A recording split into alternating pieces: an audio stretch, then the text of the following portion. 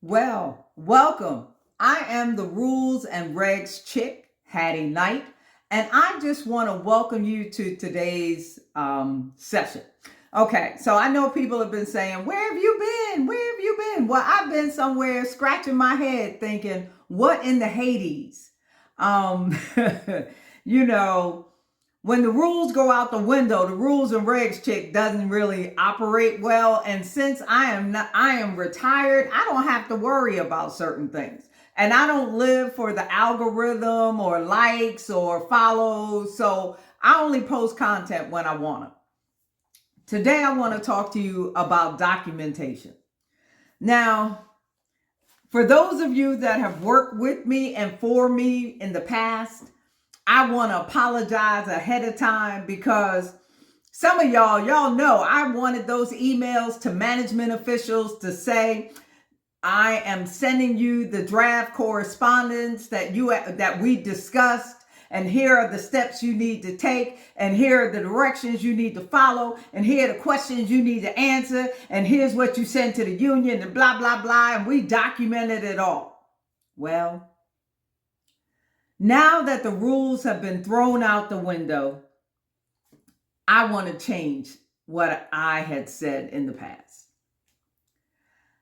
I realized somewhere in probably the last 4 or 5 years of my federal career that the legal professionals who work with us on these cases never really documented our conversations purposely.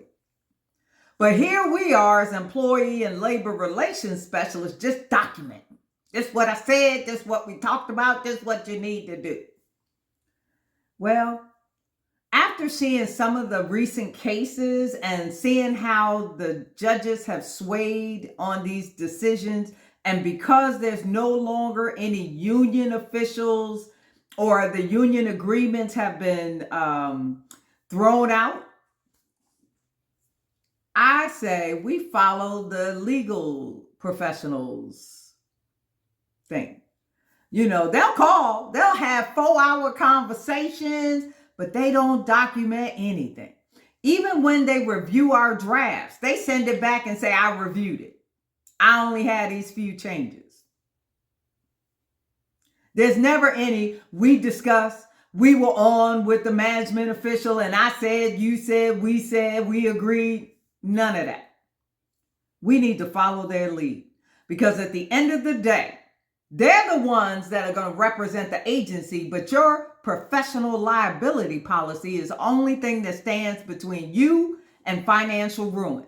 So, baby, I'm here to tell you, stop putting all that in the email to these people when you send this correspondence.